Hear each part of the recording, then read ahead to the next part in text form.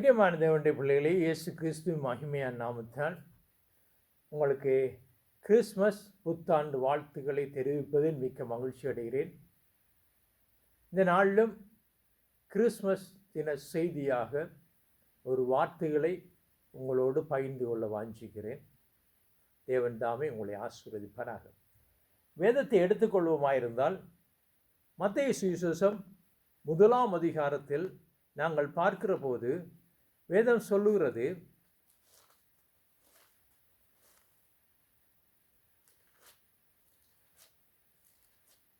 அவள் ஒரு குமாரனை பெறுவாள், அவருக்கு இயேசு என்று பெயரிடுவாயாக என்று சொன்னவர்கள், இயேசு என்பதற்கு அர்த்தம் அவர் தமது ஜனங்களின் பாவங்களை நீக்கி அவர்களை இரட்சிப்பார் என்றால் விடுதலை ஆக்குவார் என்று சொல்லி. அவை இயேசு என்ற பெயரின் பின்னில் என்ன காணப்படுகிறது என்று சொன்னால், அவர் நம்முடைய உலக ஜனத்தின் பாவங்களை நீக்கி அவர்களுக்கு விடுதலை கொடுப்பார் என்று சொல்லப்படுகிறது. இன்று உலகம் பூராவும் மக்கள் ஆலயங்களுக்கு செல்கிறார்கள், கோயில்களுக்கு செல்கிறார்கள், வழிபாடுகளுக்கு செல்கிறார்கள். தங்களை வருத்தி ஒருத்து உபவாசம் இருந்து பல்வேறு காரியங்களை செய்து தங்களை அடக்கி எப்படியாவது பாவத்திலிருந்து ஒரு விடுதலை கிடைக்கும் என்று நோக்கத்தோடு தான் மக்கள் செல்கிறார்கள். அவர்கள் பல்வேறு காரியங்களை வேறெடுத்து அதன் மூலம் தங்கள் பாவத்திலிருந்து ஒரு விடுதலை கிடைக்கும் என்று சொல்லி எதிர்பார்க்கிறார்கள். இங்கு சொல்லப்படுகிறது, இயேசு என்பவர் அவர் தமது ஜனங்களின் பாவங்களை நீக்கி விடுதலை ஆக்குவார் என்று சொல்லப்படுகிறது. தேவனுக்கு அருமையான பிள்ளைகளே, இயேசு பூமியின் வந்த நோக்கம் பாவத்திலிருந்து விடுதலை கொடுப்பதற்கு என்று சொல்லி நாங்கள் வேதத்தில் பார்க்கிறோம். நாங்கள் இப்பொழுது புதிய ஏற்பாட்டில் 1 அதிகாரத்தில் இருக்கிறோம். மத்தேயு சுவிசேஷம் 1 அதிகாரம். நாங்கள் பழைய ஏற்பாட்டில் 1 அதிகாரத்தில் திருப்பி கொண்டு போவோம் இருந்தால், இங்கு வேதம் சொல்லுகிறது, தேவன் உலகம் பூராவும் சிருஷ்டித்தார், படைத்தார் என்று சொல்லப்படுகிறது.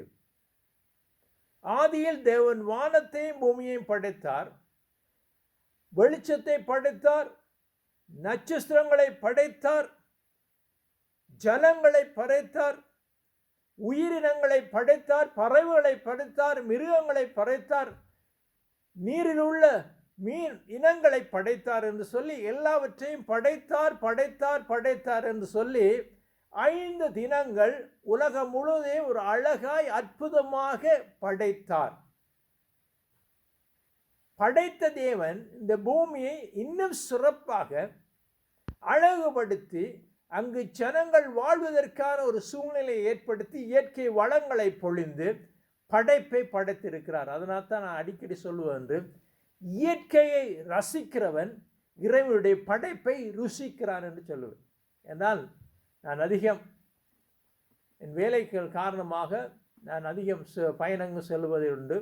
அதில் பார்க்கிற போது இயற்கையின் படைப்புகளை பார்க்கிற போது ஆச்சரியப்படுகிறேன். எவ்வளவு அழகாய் அற்புதமாய் நேர்த்தியாய் தேவன் உலகத்தை படைத்து அதில் விசுவாசமாய் பூமியை படைத்து, உலகத்தை படைத்து அதில் பூமியை விசுவாசமாய் படைத்து அது அழகுபடுத்தி இருக்கிறார். மரங்களால், செடிகளால், வானங்களால், நிலங்களால் அழகுபடுத்தி அற்புதமாய் படைத்த தேவன் அதை பார்த்து என்ன சொல்கிறார்? நல்லது, சிறப்பானது, அருமையா இருக்கிறது என்று சொல்லி தேவன் தன்னையே மெச்சிக்கொள்கிறார். அப்படி படைத்த தேவன் இங்கு ஒன்று குறைபடுகிறதை காண்கிறார். 5 நாளில் எல்லாவற்றையும் படைத்த தேவன் படைத்து முடிந்த பின்பாக இங்கு குறைபாடு காண்றார். என்ன செய்கிறார்? இங்கு மனிதனை இங்குதான் உருவாக்குறார். 6ஆம் நாளில் வேதம் சொல்லுகிறது, ஆதியாகமம் 1 அதிகாரம் 26வது வசனம், தேவன் தமது சாயலாகவும் தமது ரூபத்தின்படியே மனுஷனை உண்டாக்குவோமா என்றார். அது எல்லாவற்றையும் படைத்தார், கற்பனை வளத்தில் படைத்தார். இப்போ மனிதனை படைக்கிற போது அவர் தன்னை போலவே மனுஷனை படைக்கிறார். நம்முடைய சாயல பன்மையில் பார்க்கிறோம், நமது சாயலாக. இதைத்தான் நான் சொல்கிறேன், பிதா, குமாரன், பரிசுத்தாவி 3 இணைந்த திருத்துவத்தை இங்கு நான் காண்கிறோம். ஆகவே தமது சாயலாம் தமது ரூபத்தின்படி மனுஷனை உண்டாக்குவோமாக, அவர்கள் சமுத்திரத்தின் மச்சங்களையும் ஆகாயத்து பறவைகளையும் மிருக ஜீவன்களையும் பூமி அனைத்தையும் பூமியின் மேல் ஊறும் சகல பிராணிகளையும் ஆள கடவர் என்றார். தேவன் தம்முடைய சாயலாய் மனுஷனை சிருஷ்டித்தார், அவனை தேவ சாயலாய் சிருஷ்டித்தார், ஆணும் பெண்ணுமாய் சிருஷ்டித்தார். கொஞ்சம் கவனிச்சு கொள்ளுங்க. தம்மை போலவே மனுஷனை உருவாக்கி தம்முடைய சாயலாக அவருடைய வடிவத்தில் ரூபமாக அவரை போல் அழகாக பிரகாசமாக மனுஷனை படைத்தார். நாங்கள் யாரு? தேவனுடைய படைப்புகள், தேவனை போலவே படைக்கப்பட்டோம். அப்ப படைத்த ஆதாம் ஏவாளுக்கு தேவனுடைய அந்த மகிமையான ஒளி காணப்பட்டது. பிரசன்னமாக இருந்தால் தேவனை போல் இருந்தார்கள், அவள் தேவனோடு நாளாந்தம் பேசினார் என்று சொல்லி நாங்கள் வேதத்தில் பார்க்கிறோம். அப்படிப்பட்ட ஆதாம் பாருங்கள், 5ஆம் அதிகாரத்தில் வருகிற போது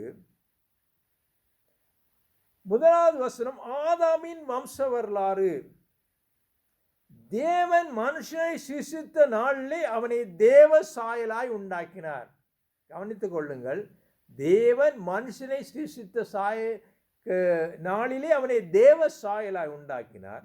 அவர்களை ஆணும் பெண்ணுமாய் சிருஷ்டித்து அவர்களை ஆசீர்வதித்து அவர்களை சிருஷ்டித்த நாளிலே அவர்களுக்கு மனுஷர் என்று பெயரிட்டார்.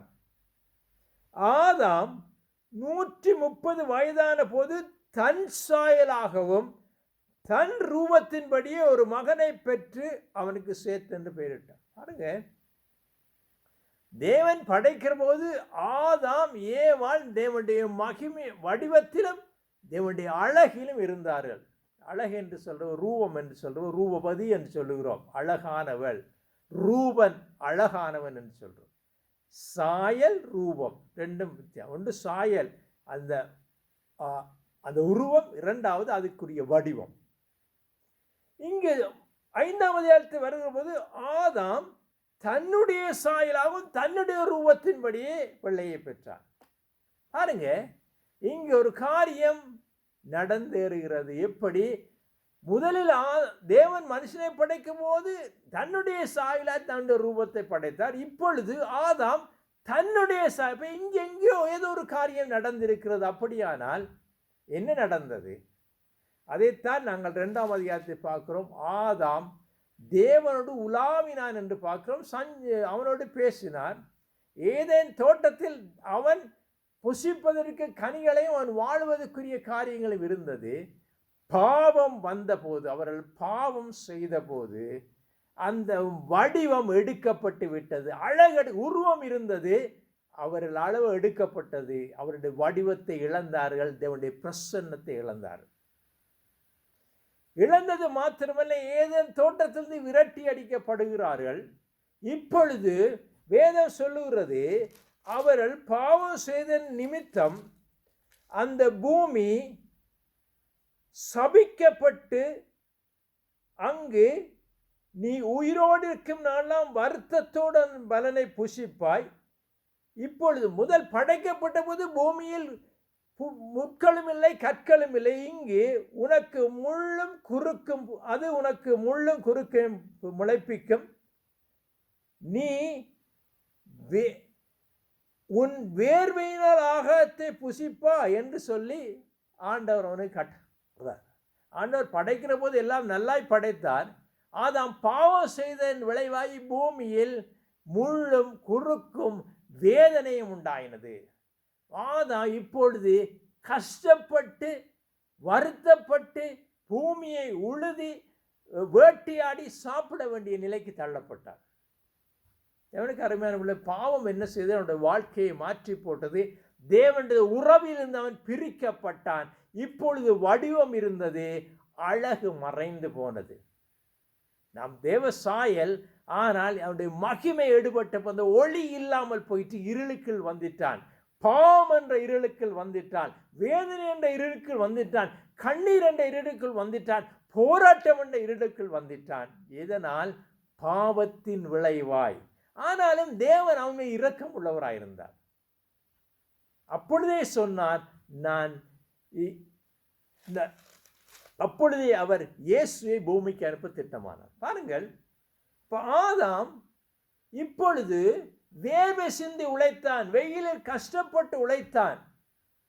ஒவ்வொரு நாளும் அடுத்த நாள் என்ன சாப்பிடுது என்று சொல்லி போராடி நெருக்கத்தின் மத்தியில் தாகத்தோடு பசியோடு உழைத்த ஆதாமுடைய வடிவம் மாறி போயிட்டு, உருவம் அப்படியே இருந்தது, வடிவம் அழகெடுக்கப்பட்டது. அதன் விளைவாக என்ன செய்கிறான்? இப்பொழுது தன்னுடைய சாயலாகவும் தன்னுடைய ரூபத்தின்படி பிள்ளைகளை பெறுகிறான். அருமையான தேவனுடைய பிள்ளைகளே, ஒரு ஒரு ஒரு ஒரு பத்திரத்தை நாங்கள் ஒரிஜினல், அதாவது அது அந்த பத்திரத்தில் ஒரு சீடி என்று வைத்துக் கொள்ளுவோம். இந்த சீடியில் முதல் பிரதி இருக்கிறது, மாதிரி பிரதி இருக்கிறது. முதல் பிரதியில் ஒரு கீறு விழுந்து விட்டால் எடுக்கிற மற்ற பிரதிகள் அனைத்தும் கீறு விழுந்ததாய் காணப்படும். அதுபோல ஆதாம் பாவம் செய்த நிமித்தம் மனுக்குலம் அனைத்தும் பாவத்தில் விழுந்து விட்டது. ஆனாலும் தேவன் மனிதனை நேசிக்கிறார். தேவன் மனிதனை நேசிக்க வேதம் சொல்லுகிறது, யோவான் 1 அதிகாரம் 12வது வசனம், அவரை விசுவசிக்கிற எத்தனை பேரோ அத்தனை பேரும் தேவ பிள்ளைகளாய் மாறும்படி அவர்களுக்கு அதிகாரம் கொடுத்தார். அப்படியான உலகத்தில் உள்ள எந்த மனுஷனும் இயேசுவை விசுவசிக்கிற போது அவன் தேவனுடைய பிள்ளை. அதில் எந்த மாற்று கருத்து முடியாது. ஆனால் உலகத்தில் இன்று இன ரீதியாக, மத ரீதியாக, மொழி ரீதியாக மக்கள் பிரிக்கப்பட்டிருந்தாலும் தேவனுடைய பார்வையில் அவன் தேவனுடைய பிள்ளை. இயேசுவை விசுவசிக்கிற எத்தனை பேரும் தேவனுடைய பிள்ளைகளாய் மாறுகிறோம்.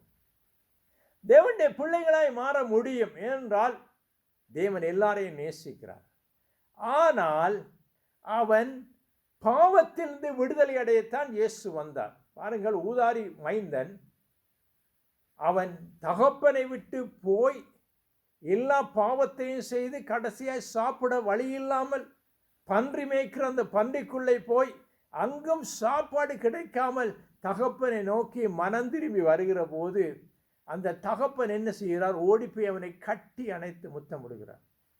அவனில் எவ்வளவு நாத்தம் இருக்கும் என்று நான் அறிவேன். ஏனென்று சொன்னால், கிராமப்புறங்களில் நான் வேலை செய்கிற போது உங்களை பண்ணைகளுக்கு போகிற போது இந்த பண்ணைகள் பயங்கரமாய் மணக்கும். போட்டிருந்த ஆடைகள் கூட மணக்கும். அது வீடு கொண்டு வருகிற போது நாங்கள் வெளியால் வைத்து அது துவைக்க வேண்டிய சூழ்நிலை இல்லை என்று சொன்னால் அது மற்ற சட்டைகளில் சேர்ந்து மணக்க ஆரம்பிக்கும். ஆகவே தேவன் நம்மை கழுவ விரும்புகிறார். பிள்ளையாய் மாத்திரமல்ல, நம்மை கழுவி தம்முடைய ஆசுவாத்துக்குள்ளாய் வர விரும்புகிறார். சாதாரண வீடுகளுக்கு போனாலே, நாங்கள் சொந்த வீட்டுக்கு போனாலே போடுகிற செருப்பை என்ன செய்கிறோம்? வெளியே கலட்டி வைத்துட்டு உள்ளே போகிறோம். என்றால் உள்ளே போகக்கூடாது. தேவனுடைய ராட்சியத்துக்குள்ளாய் ஆசுவாத்துக்கு பிரவேசிக்க வேண்டுமானால் நாங்கள் கழுவப்பட வேண்டும். பிள்ளையாக இருக்கலாம். அந்த ஊதாரிக்கு அந்த தகப்பன் கட்டி அணைத்த நாங்கள் அணைக்க மாட்டோம். பாருங்க, நம்மளோட பிள்ளை ஊத்த பிரட்டிட்டு வருகிற போது நாங்கள் அணைக்க மாட்டோம். ஆனால் தேவன் அணைக்கிறார். ஆனால் அணைத்தாலும் கழுவுகிறார். எப்படி? இயேசுவின் இரத்தத்தால் கழுவுகிறார். அதனால்தான் யோவான் 1 அதிகாரத்தில் பார்க்கிறோம், இயேசுவின் இரத்தம் சகல பாவங்களையும் கழுவி சுத்திகரிக்கிறது. பாருங்கள், அப்படி என்ற இயேசு என்ற பேரின் அர்த்தம் என்ன? அப்பா, இயேசு உலகத்தின் பாவங்களை மீட்டு நம்ம ரட்சிப்பார். அப்படியான இயேசுவின் இரத்தத்தினால்தான் பாவ மன்னிப்பு உண்டாகிறது. புரிந்து கொள்கிறீர்களா? இயேசு என்ற பேரின் விளக்கம் என்னன்னு சொன்னால், அவரின் மூலம் அவர் கழுவப்பட வேண்டும். கழுவப்பட வேண்டும் என்றால் என்ன செய்யணும்? இயேசுவின் இரத்தம் நமக்கு தேவை. அந்த இரத்தத்தினால் கழுவப்பட வேண்டும். பாருங்கள், நாங்கள் ஒரு உதாரணமாய் நான் பார்க்கிறேன். ஆதாம் படைக்கிற போது இந்த பெண் இந்த உருவத்தை நாங்கள் வைத்துக்கொள்ளும். அழகாய் இருக்கிறது, பார்க்கலாம். இதுபோல அழகாய் தேவன் படைத்தார் மனுஷனை. அழகாய் படைத்த மனுஷன் என்ன செய்கிறான்? பாவம் செய்கிறான். பாவம் எப்படி என்று சொன்னால், பாவம் உதாரணம் இதை எடுத்து பார்த்தால் பாவம் இந்த பெண் அழகாய் இருக்கிறாள். ஆனால் இந்த சர்ரத்தில் இந்த பாவம் வருகிற போது அந்த அழகு மாறி போகுது. அதுபோல ஆதாம் பாவம் செய்த போது அவனுடைய வடிவம், உருவம் எல்லாம் மாற்றப்பட்டுகிறது. பாருங்க, அளவு மாற்றப்பட்டு அவனுடைய ரூபம் எல்லாம் மாறுகின்றது. மாறினதின் விளைவாக அவன் தன்னுடைய சாயலாய் பிள்ளைகளை பெற்று. இப்படித்தான் உலகம் முழுவதும் என்ன செய்கிறது? பாவம் தொடர்ந்து வந்து கொண்டே இருக்கிறது. இந்த பாவத்துக்கு பரிகாரம் என்ன? அதுக்காகத்தான் இயேசு பூமிக்கு வந்தார். வேதம் சொல்லுகிறது கலாத்தியர் புத்தகம் 3 அதிகாரம் பாருங்கன்னு சொன்ன, நீங்க எல்லாரும் கிறிஸ்து இயேசுவை பற்றி விசுவாசத்தினால் தேவனுடைய புத்திரராய் இருக்கிறீர்கள். அவரை நாம் சொன்னது போல் யோவான் 1:12 வசனத்தை அவரை விசுவாசிக்கிற எத்தனை பேரும் தேவனுடைய பிள்ளைகள் ஆகிறோம். அதைத்தான் கலாத்தியர் 3:26 சொல்லுகிறார். நீங்கள் எல்லாரும் கிறிஸ்து இயேசுவை பற்றும் விசுவாசம் தேவனுடைய புத்திரா இருந்தால் போதாது, ஆசீர்வாதத்துக்குள்ள வர வேண்டுமாயிருந்தால், தேவனுடைய ராஜ்யத்துக்குள் பிரவேசிக்க வேண்டுமாய் இருந்தால் என்ன செய்ய வேண்டுமா இங்கு சொல்லுகிறார். உங்களை கிறிஸ்துவுக்குள்ளாய் ஞானஸ்நானம் பெற்ற அத்தனை பேரும் கிறிஸ்துவை தரித்து, அப்படியே ஞானஸ்நான திருமுழுக்கு இங்கு அறிமுகப்படுத்தப்படுகிறது. எப்படி? நம்முடைய பாவங்கள் கழுவப்பட வேண்டும், அதுக்காகத்தான் திருமுழுக்கு கழுவப்படுகிறது. இப்பொழுது இந்த மனுஷன் பாவத்தினால் அவனுடைய உருவம் மாறவில்லை, அவனுடைய மகிமை எடுபட்டு போயிட்டு, அவனுடைய ஒளி விட்டு போய்விட்டது, தேவனுடைய உறவு துண்டிக்கப்பட்டு விட்டது. இப்பொழுது அந்த உறவை சேர்க்கும்படியாய் யோவான் 3:16 சொல்றது, ஒருவரையும் கெட்டு அழிந்து பாதாளம் போகக்கூடாதபடி தம்முடைய திருக்குமாரனை தந்து இவ்வளவாய் அன்பு கூர்ந்தார் என்று பார்க்கிறோம். ஏனென்றால் பாவத்தோடு ஒரு மனிதன் பரலோகத்துக்கு போக முடியாது, அவன் கெட்டு நரகத்துக்கு போகக்கூடாது என்பதற்காக என் இயேசு இரத்தம் சிந்தினார். அந்த இயேசுவின் இரத்தத்தினால் நாங்கள் கழுவப்பட வேண்டும் என்பதற்காக திருமுழுக்கு ஞானஸ்நானம் அறிமுகப்படுத்தப்படுகிறது. அந்த ஞானஸ்நானம் இயேசுவின் இரத்தத்துக்கு பதிலாக நாங்கள் தண்ணியை அடையாளமாய் காண்பித்து அந்த திருமுழுக்குவாய் நாங்கள் கழுவப்படுகிற போது நாங்கள் இயேசுவின் புத்திரராக மாறுகிறோம். இப்பொழுது பாவம் கழுவப்படுகிறது. கழுவப்பட்டு நாங்கள் எழுந்திருக்கும் போது கிறிஸ்துவை போலவே மாறுகிறோம். இன்னும் நிறைய பேர் கழுவப்பட்டிருக்காங்க, ஆனால் கிறிஸ்துவை போல மாற இல்லை. அவங்க கழுவப்பட்ட நேரத்தில் ஒரு 2-3 நிமிஷம் கூட வச்சிருந்தேன்டா அவங்க நேர பரலோகம் போயிருப்பாங்க. ஆனால் எழும்பின அநேகர் கழுவப்பட்ட நிலையில் இருந்தாலும் கூட இன்னும் பாவத்திலே சில பேர் விழுந்து விடுகிறார்கள். ஆகவே இயேசுவின் இரத்தத்தினால் கழுவப்படுகிற போது நாங்கள் என்ன செய்கிறோம்? புத்திரராய் மாறுகிறோம். பாருங்க, வேதம் சொல்லுகிறது, உங்களை கிறிஸ்துவுக்குள்ளாய் ஞானஸ்நானம் பெற்ற அத்தனை பேரும் கிறிஸ்து. இப்பொழுது வாழ்வது நாம் அல்ல, கிறிஸ்துவை அறிமுகப்படுத்துகிறோம். என்னில் வாழ்கிறார். ஜூதர் என்றும் இல்லை, கிரேக்கர் என்றும் இல்லை, அடிமை என்றும் இல்லை, சுதாதிரம் என்றும் இல்லை, ஆண் என்றும் இல்லை, பெண் என்றும் இல்லை, நீங்கள்லாம் கிறிஸ்துவுக்குள் ஒன்றாயிருக்கிறீர்கள். ஆகவே பாருங்கள், அவருடைய சாயலாய் படைக்கப்பட்ட நாம் ஆண் என்றும் இல்லை, தேவனுடைய பார்வையில் பிள்ளைகள் என்ற நிலைக்கு வருகிறோம். கிறிஸ்துவை போல ஆகிறோம். நீங்கள் கிறிஸ்துவுடையதானால் ஆபிரகாம் சந்ததியாகவும் வாக்கு தத்துவத்தின்படி சுதந்திரலாக இருக்கிறீர்கள் சொல்ற. பாருங்க, இப்ப கழுவப்பட்ட போது நாங்கள் இயேசுவை தரித்து, இப்ப நாங்கள் இயேசுவை போல மாறும். இயேசு எப்படி இருந்தார்? அன்பா இருந்தார், இரக்கமுள்ளவராய் இருந்தார், மன்னிக்கிறவராய் இருந்தார், நேசிக்கிறவராய் இருந்தார், பொறுமை உள்ளவராய் இருந்தார்.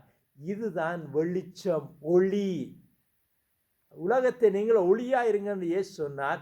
அவர் ஒளியை காண்ட உலகத்தில் இன்று கோபம் இருக்கிறது, சண்டை இருக்கிறது, இன்றைக்கு குழப்பம் இருக்கிறது, பகை இருக்கிறது, பிரிவினைகள் இருக்கிறது, மன்னிக்காத தன்மை இருக்கிறது, விட்டு கொடுக்காத தன்மை இருக்கிறது, உபத்திரம் இருக்கு. இதன் மத்தியிலும் நாங்கள் கிறிஸ்துவை பிரதிபலிக்க வேண்டுமாயிருந்தால் கிறிஸ்துவின் சுபாவங்கள் நம்மில் வெளிப்பட வேண்டும், கிறிஸ்துவின் அன்பு வெளிப்பட வேண்டும், கிறிஸ்து இரக்கம் வெளிப்பட வேண்டும், கிறிஸ்துவோட உதவுகிற தன்மை வெளிப்பட வேண்டும், கிறிஸ்துவோடைய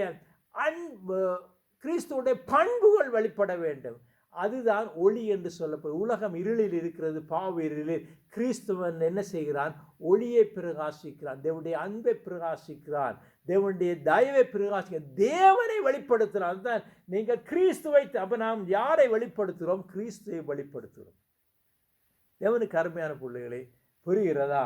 ஏனென்றால் 1 பேதுரு 1:2 அழிந்து போகிற பொன்னினால வெள்ளியினால அவர் நம்மை விடுதலை ஆக்காமல் இயேசுவின் விலையேறப்பெற்ற இரத்தத்தினால் அவர் நமக்கு விடுதலையை தந்திருக்கான்னு பார்க்கிறோம். புரிகிறதா? ஏன்னா ரோமர் 3 சொல்லப்படுகிறது, 3:23 எல்லாரும் பாவம் செய்து தேவ மகிமையில் அந்த அழகை இழந்திட்டோம், அந்த அழகை, அந்த மகிமையை, அந்த பிரசன்னத்தை இழந்திட்டோம். நம்மில் அந்த பிரசன்னம் இருக்குமா இருந்த நான் தேவனை வெளிப்படுத்துகிறேன். இன்று நாம் தேவனை காண முடியலை. ஏனென்றால் அவருடைய பிரசன்னம், அந்த மகிமை பிரகாசிக்கிறபடியால். பாருங்கள், மோசே தேவனை கேட்கிற, ஆண்டவரே நான் உம்மை பார்க்க. அவர் சொல்றார், என்னை பார்க்க முடியாது மகனே, என்னை பார்க்கிற நாளில் செத்து விடுவீர்கள். ஏனென்று சொன்னால் அவருடைய உருவத்தை விட இந்த பிரசன்னம் அதிகமாக இருக்க, உருவம் மறைக்கப்பட்டிருக்கிறது. எப்படி என்று சொன்னால், நீங்கள் வெளிச்சத்தை, பல்பை பார்க்க, இந்த பல்பை வெளிச்சம் போடாவிட்டால் பல்பாய் தெரியும். ஆனால் பல்பில் அந்த மின்சாரத்தை ஊற்றப்படுகிற போது, வெளிச்சம் வருகிற போது அந்த பல்ப் மறைந்து வெளிச்சம்தான் தோன்றுகிறது. அதுபோல நம்மில் நாம் மறைய வேண்டும், கிறிஸ்து வெளிப்பட வேண்டும். புரிகிறதா? நாம் மறைய வேண்டும், நம்மில் கிறிஸ்து வெளிப்பட வேண்டும். தேவனை மோசே கேட்கிற, ஆண்டவரை பார்க்க வேண்டும் என்கிற போது ஆண்டவர் அவனுக்கு தனது பின்பகுதியை காண்பிக்கிறார். தேவனைக்காக வைராக்கியம் பாராட்டின பவுல் என்ன செய்கிறான்? தேவன் இயேசு அவனுக்கு வெளிப்படுற போது மத்திய வனாந்திரத்திலே தேவனுடைய மகிமை காண வந்து, சூரியனை விட மகிமை காணப்பட்டது. அதுபோல ஸ்தேவான் தேவனை பார்க்கிறார். அவர்கள் தேவனை காண முடியல, அந்த மகிமை, அந்த பிரசன்னம் அதிகமாக இருந்தது. அதுபோல தேவன் நம்மை பிரகாசிக்கிறவர்களாக மாற்ற, உலகத்துக்கு வெளிச்சமாக வாருங்கள் என்று சொல்லி வேதம் சொல்லு. வெளிச்சத்தை நாங்கள் கொண்டாடுகிறோம், ஒளியின் நாட்களை கொண்ட. என கிறிஸ்து பிறந்தது ஒளியின் நாள். இருளில் வாழும் மாந்தருக்கு வெளிச்சம் உண்டானது. அப்போ உலகத்தில் இருளில் பாவத்தில் வாழுகிற மக்கள், கண்ணீரில் வாழ்கிற மக்கள், வேதனையில் வாழும் மக்களுக்கு நாங்கள் வெளிச்சம் கொடுக்கிறவர்களாய் இருக்க வேண்டும். அதுக்காகத்தான் இயேசுவின் இரத்தம் சகல பாவங்களையும் கழுவி நம்மை சுத்திகரிக்கிறது. அதனால் தான் இயேசு என்றால் விடுதலை ஆக்கிறவர், பாவத்திலிருந்து விடுதலை. நாங்கள் பலி செலுத்த தேவையில்லை, நாங்கள் காணிக்கை செலுத்த தேவையில்லை, நாங்கள் உபவாசம் செய்ய வேண்டிய அவசியமில்லை, நாங்கள் தட்சணை கொடுக்க வேண்டிய அவசியமில்லை, பொருட்களை கொடுக்க வேண்டிய அவசியமில்லை. இயேசுவே என்னை ஏற்றுக்கொள்ளும், நான் என்னை பாவி என்று ஒத்துக்கொண்டு நாங்கள் மனம் திரும்பி ஞானஸ்நானம் எடுக்கிற போது நாங்கள் கிறிஸ்துவை தரித்து மாறுகிறோம். ஞானஸ்நானம் பெற்ற அனைவரும் இங்கே இருக்கிறீங்க, நீங்கள் அப்படியா இருக்கிறீங்கன்னு கொஞ்சம் சிந்திச்சு பாருங்கள். நான் கழுவப்பட்டு நான் கிறிஸ்துவை போல வாழுகிறேனா, அல்லது பழைய பாவ மனுஷன் போல நான் இன்னும் வாழ்ந்து கொண்டிருக்கேன்னு ஆராய்ந்து பாருங்கள். ஏன்னா கிறிஸ்துவை தரித்து கொண்டவர் சொல்றார், நீங்கள் கிறிஸ்துவுக்குள்ளா ஞானஸ்நானம் பெற்று அத்தனை கிறிஸ்துவை தரித்து. அப்போ நான் கிறிஸ்து என்னில் வெளிப்படுகிறாரா, அல்லது பாவ மனுஷன் வெளிப்படுகிறானா, கோபம் வெளிப்படுகிறதா, எரிச்சல் வெளிப்படுகிறதா, கபடம் வெளிப்படுகிறதா, பொய் வெளிப்படுகிறதா, எரிச்சல் வெளிப்படுகிறதா, சண்டை வெளிப்படுகிறான் நம்மை நாமே ஆராய்ந்து பார்த்தோமா இருந்தால் நான் உண்மையாக ஞானஸ்நானம் பெற்றிருக்கிறேனா இல்லையா என்பது புரியும். தேவனுக்கு அறிவான இயேசு விடுதலையாக்க வந்திருக்கிறார். அந்த விடுதலையின் நாளைத்தான் நாங்கள் இந்த நாளை கொண்டாடுகிறோம். விடுதலை அடைவதற்கு என்ன தேவை? இயேசுவின் இரத்தம் சகல பாவங்களை, எந்த விதமான பாவமாக இருந்தால் இயேசுவின் இரத்தம் சகல பாவங்களையும் கழுவி நம்மை சுத்திகரிக்கும். நாங்கள் மீண்டும் அதே மத்தேயு சுவிசேஷம் 1ஆம் அதிகாரத்துக்கு வருவோம். முதலாவது சொல்லப்பட்டது, இயேசு என்று பெயரிடுவாயாக, என்றால் அவர் தனது ஜனங்களின் பாவங்களை நீக்கி அவர்களை மீட்பார். இது முதலாவது ஆசீர்வாதம். தேவனுக்கு அருமையான பிள்ளைகளே, அதே அதிகாரத்தில் 21 பார்த்தோம், 23வது வசனம் சொல்லுகிறது இரண்டாவது ஆசீர்வாதம். முதலாவது ஆசீர்வாதம் இயேசு. இயேசு என்றால் என்ன பேர்? அவர் நமது பாவங்களை நீக்கி ரட்சிப்பார். நமது பாவம், உலகத்தில் உள்ள அத்தனை ஜனங்களுடைய பாவங்களை, யார் யார் அவரை ஏற்றுக்கொண்டு மனம் திரும்புகிறார்களோ அவர்கள் பாவங்களை அவர் மன்னிப்பு ரட்சித்து நித்திய ஜீவன் மகிமையான வாழ்க்கையில் நம்மை நடத்துவார். இரண்டாவது, அவர் 23வது, அவன் இதோ ஒரு கன்னியை கற்பதுவாய் குமாரனை பெறுவாள், அவருக்கு இம்மானுவேல் என்று பெயரிடுவாள். இப்பொழுது இம்மானுவேல் என்ற பெயர் வருகிறது. முதலாவது இயேசு, இரண்டாவது இம்மானுவேல் என்பதற்கு அர்த்தத்தையும் அங்கே சொல்லப்படுகிறது. தேவன் நம்மோடு இருக்கிறார். அல்லேலூயா. முதலாவது ஆசீர்வாதம் கழுவப்பட்டு தேவனுடைய பிள்ளைகளாய் மாற்றப்படும். இரண்டாவது, தேவனே நம் கூடவே இருக்கிறாராம். பாருங்க, ஹல்லேலூயா. எவ்வளவு பெரிய ஆசீர்வாதம்! வானத்தையும் பூமியையும் படுத்த சர்வவல்ல தேவன் நம்மோடு கூட இருக்கிறது எவ்வளவு மகிமையான ஆசீர்வாதம்! தேவனுக்கு அருமையான, நீங்களே தேவன் வாழும் ஆலயம் என்ற ஆண்டவர் ஆலயத்தில் நம்மோடு இருக்கும்படியாக விரும்புகிறார். நம்மோடு கூட இருந்து ஏன் இருக்க விரும்புகிறார்? இந்த உலகத்தில் உள்ள பாவம், சண்டைகள், பொல்லாத நிலைமைகளிலிருந்து நம்மை வழிநடத்த தேவன் நம்மோடு கூட இருக்கிறார். எவ்வளவு மகிமையான ஆசீர்வாதம் பிள்ளைகளே. தேவன் நம்மோடு கூட இருந்தால் நமக்கு கலக்கம் ஏது? தேவன் நம்மோடு கூட இருந்தால் நமக்கு துக்கம் ஏது? தேவன் நம்மோடு கூட இருந்தால் நமக்கு பயம் எதற்கு? இன்று பயம் மக்களை ஆட்டி பிடிக்கிறது. இன்றைக்கு வியாதிகள் மக்களை ஆட்டி பிடிக்கிறது. தேவன் நம்மோடு கூட இருக்கிறார் என்றால் நாங்கள் தைரியமாய் சந்தோஷமாய் எப்படி இருக்க முடியும்? இன்று உலகம் இழந்திருக்கிறது சமாத்தை, சந்தோஷத்தை. தேவன் நம்மோடு கூட இருந்தால் எவ்வளவு பெரிய சந்தோஷம், எவ்வளவு பெரிய ஆறுதல், எவ்வளவு பெரிய நிம்மதி, எவ்வளவு பெரிய சமாதானம். அல்லேலூயா. பாருங்க, பிறக்கிறக்குள்ள பிறந்த சின்ன பிள்ளைகள் எப்பொழுதும் சந்தோஷமா இருப்பாங்க. ஏன் தெரியுமா? அவங்களுக்கு எந்த பயம் இல்லை, எந்த பதட்டமும் இல்லை. அப்பாவுடைய அரவணைப்பு தான் அவனுக்கு.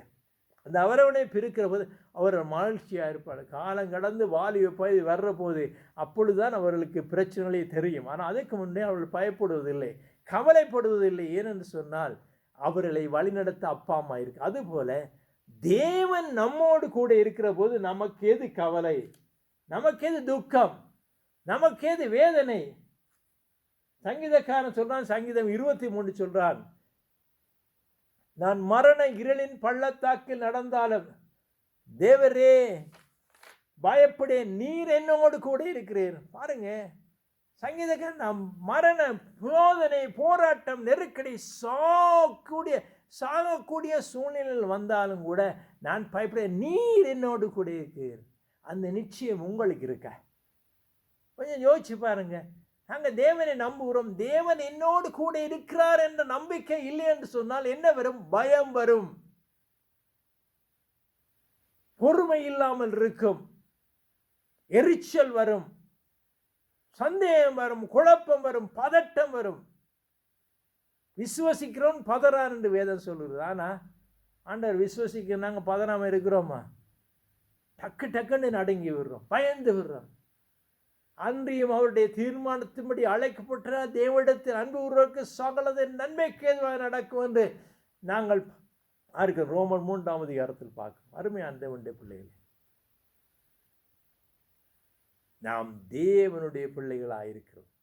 தேவன் நம்மோடு கூட இருக்க, நம்மை வழிநடத்த நம்மோடு கூட இருக்கிறார், நம்மை உற்சாகப்படுத்த நம்மோடு கூட இருக்கிறார், நம்மை தைரியப்படுத்த. இந்த உலகத்தில் எத்தனையோ பிரச்சனைகள், போராட்டங்கள், நெருக்கடி நிறைந்திருக்கிற அந்த சூழ்நிலையில் நம்மோடு கூட இருந்து நம்மை பலப்படுத்த தேவன் நம்மோடு கூட இருக்கிறார். இம்மானுவேல் என்பதற்கு தேவன் நம்மோடு கூட இருக்கிற அர்த்தம். எவ்வளவு பெரிய மகா பெரிய ஆசீர்வாதத்துக்கு நாம் சொந்தக்காரன். நாம் கழுவப்பட்டு தேவனுடைய பிள்ளைகளாய் மாறுற போது நம்மளுக்கு கிடைக்கும் மகா பெரிய ஆசீர்வாதம். தேவன் நம்மோடு கூட இருக்கிறார். அதே மத்தேயு சுவிசேஷம் 28ஆம் அதிகாரம் சொல்லுகிறது, இதோ உலக முடிவு வந்தவரை சகல நாட்களும் நான் உன்னோடு கூட இருக்கிறேன். பாருங்க, எவ்வளவு பெரிய ஆசீர்வாதம்.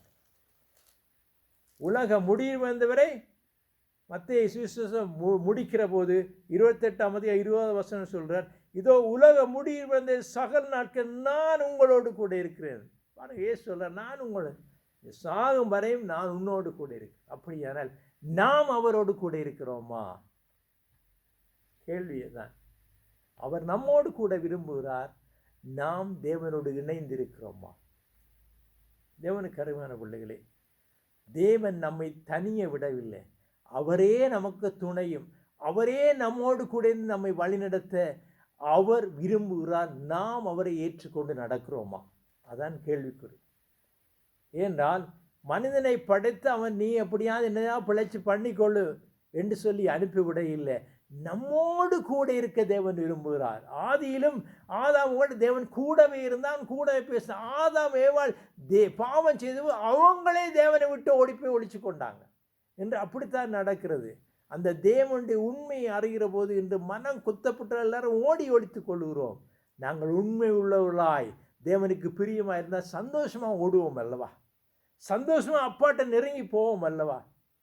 நிறைய நம்முடைய பாவங்கள் நம்மை தேவனை கிட்ட போக விடாமல் தள்ளுகிறது.